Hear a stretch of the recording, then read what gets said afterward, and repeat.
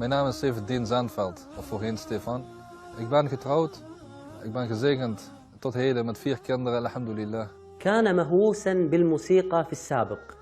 مرة واحدة فتح اليوتيوب واستمع لسورة من القرآن فأعجب بنغم القرآن. الهولندي سيف الدين.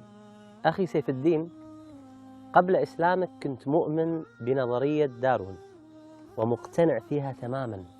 حدثني عن سبب اقتناعك بهذه النظرية. Met betrekking tot de Darwin-theorie, hier in Nederland, en waarschijnlijk ook in de rest van Europa, op school wordt je verteld over de Darwin-theorie. Dus dat de mens door evolutie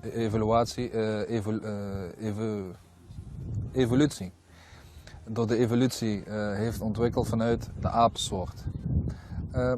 En dat wordt je voorgeschoten. En dat klinkt logisch.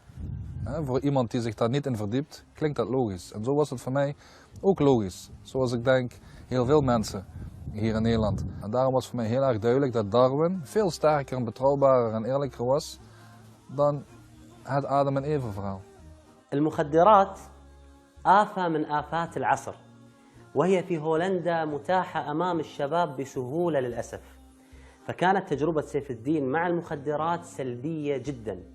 لم يتعاطاها فقط بل تاجر بها. Je moet redelijk sterk in je schoenen staan, wil je daar goed mee om kunnen gaan. In die zin dat je dat niet verslaafd aan raakt of dat je daarin gaat handelen.